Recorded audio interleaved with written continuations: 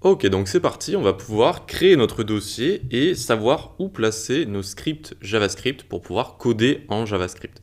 Donc ici, je suis sur un bureau vide, je suis sur Windows, mais vous pouvez faire la même chose sur tous les systèmes. Et donc ici, je vais faire juste un nouveau dossier comme ça. Nouveau dossier. Et ici, je vais l'appeler cours complet JavaScript. Ok.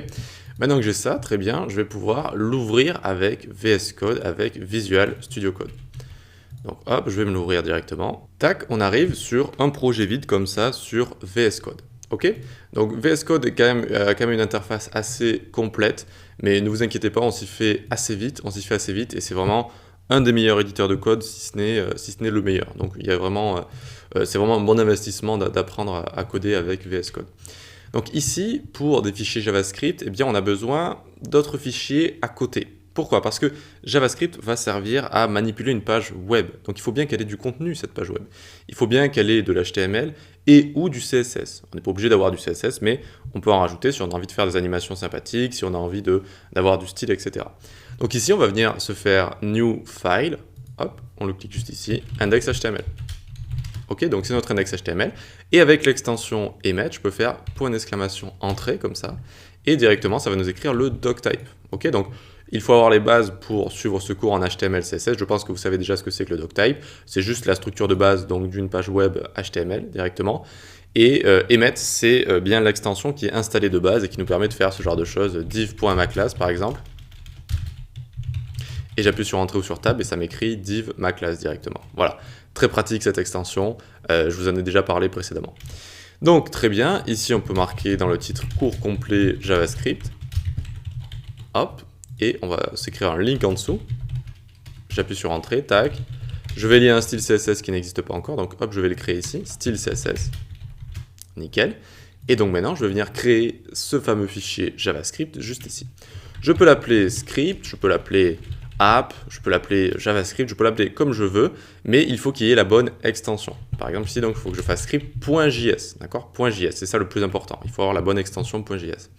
Très bien, j'ai écrit mon script juste ici. Maintenant, ce que je vais faire, je vais utiliser une méthode qui existe de base avec JavaScript qui s'appelle alert. Alert, on va faire une alerte si vous voulez, ça va faire apparaître une box sur votre site et ça va vous montrer du contenu. C'est un comportement qui est très nocif pour l'utilisateur. On évite d'utiliser cette méthode en temps normal parce que ça va vraiment tout couper et ça va vous montrer une boîte de dialogue. D'accord? Donc en général, on évite de l'utiliser. Mais là, du coup, ça va bien nous permettre de voir si notre fichier fonctionne ou pas. Donc ici, je vais mettre hello world comme ça, directement. Alors, on n'est pas obligé de mettre des points-virgules à la fin. Vous les mettez si vous voulez. Ça peut permettre visuellement de bien structurer votre code. Très bien, donc voyons voir si ça fonctionne. Je fais clic droit Open with Live Server. Je peux aussi, alors non, il ne me le propose pas en bas, donc oui, clic droit Open with Live Server sur l'index HTML. Encore une fois, Live Server est juste une extension ici qu'il faut installer. Live Server, tac, et vous l'installez directement. Ensuite, donc, il faut bien cliquer sur l'index HTML et pas les autres, et donc on peut faire Open with Live Server. Donc là, normalement, j'ai un fichier à côté qui est ouvert, voilà, en mode invité, super. Et donc, ça va venir l'ouvrir ici. Clic droit, Open with Live Server. Tac, tac, tac, ça l'ouvre juste ici, super. Mais j'ai pas de boîte de dialogue qui est apparue, j'ai pas eu d'alerte, j'ai rien eu du tout. Pourquoi? Eh bien, il suffit pas de le créer ici dans son dossier, il suffit pas de le mettre ici, le script, il va falloir l'intégrer à notre index HTML. Pour ça, on a plusieurs choix possibles. Soit on peut écrire un script, par exemple, dans notre head ici. Dans notre head, on peut écrire un script directement et écrire alerte hello comme ça. Et regardez. On a bien une boîte de dialogue qui est apparue avec hello. Super, notre script fonctionne. Mais pourquoi c'est une mauvaise idée de le mettre dans le head juste ici? Parce que on va avoir d'abord le script qui va charger et ensuite le contenu de notre page.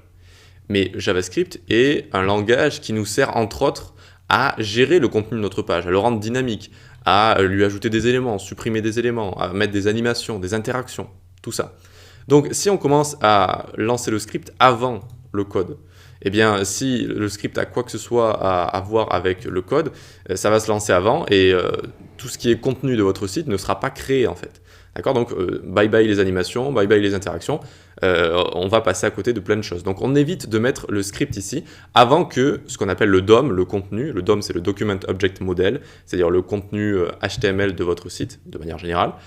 Et donc, on évite de mettre le script qui va charger avant le DOM comme ça. Donc comment on fait ici? Eh bien on l'enlève tout simplement, tac, et on va venir à la fin de notre body ici. Vous voyez, on est à la fin de notre body, tout à la fin, et on va se mettre script, src, source donc, est égal script.js comme ça. Et là c'est nickel, là c'est une bonne façon de faire. Et donc on regarde, on voit bien que on a notre boîte de dialogue ici, Hello World, ça vient bien directement depuis donc notre script.js. D'accord, ça vient bien depuis notre script.js juste ici. Ok, donc ça c'est la bonne manière de faire, c'est-à-dire on va écrire son script ici à la fin du body. Alors, on n'est pas obligé d'écrire un fichier séparé ici. Par exemple, on peut également faire ça, on peut également écrire alert ici, Hello World, voilà, ça va fonctionner également. Mais bon, vous l'aurez compris, si on commence à avoir des grandes pages HTML et un énorme script en dessous, bon, ça va rapidement devenir illisible, on va pas trop comprendre ce qui se passe. Donc, on essaye de séparer son code dans des fichiers et évidemment d'avoir des fichiers JS séparés comme ça. Ok, très bien. Et qu'est-ce qu'on peut faire également? On peut avoir plusieurs fichiers JavaScript. D'accord? Donc là, j'ai script.js, là, j'ai app.js. Et donc ici, je vais utiliser une autre méthode donc, qui s'appelle console.log. Ça va écrire dans la console de développement. On verra plus tard un petit peu ce que c'est. Mais juste ici, on va mettre bonjour depuis app.js. Ok? Bonjour depuis app.js. Très bien. Comment je fais pour l'importer ici? Pour importer mes deux scripts? Eh bien, tout simplement, script src est égal script.js et juste au-dessus, script src est égal app.js comme ça. Ok? Donc là, j'ai importé mes deux scripts. Attention, l'ordre est important. Ok?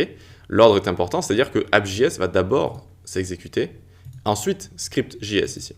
Donc voyons voir un petit peu. Ok, donc j'arrive bien ici, hop, j'actualise, j'ai mon Hello World qui s'exécute et si j'ouvre ma console avec F12, donc j'appuie sur F12, ou alors je peux faire également clic droit inspecter, mais appuyez sur F12 et là vous avez des outils qui vont apparaître. Pour l'instant, on va juste s'intéresser à la console. La console nous permet de discuter avec notre site, si vous voulez. Ça nous permet d'avoir des retours et depuis notamment nos scripts JavaScript. Et donc, dans mon script JavaScript, j'ai utilisé la méthode console.log et donc j'ai bien écrit bonjour depuis app.js. Donc j'ai bien les deux qui ont fonctionné ici, d'accord? J'ai bien les deux scripts qui ont fonctionné. J'ai bien la console qui a fonctionné et également mon script juste ici. Voilà. Donc très bien, c'est tout pour placer nos scripts JavaScript.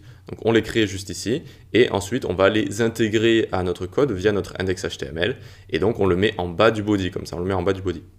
Allez, on va se garder juste un script, donc on peut supprimer ça et on va pouvoir passer à la prochaine vidéo, donc comment on va créer des variables et stocker des valeurs dans ces variables-là. À tout de suite.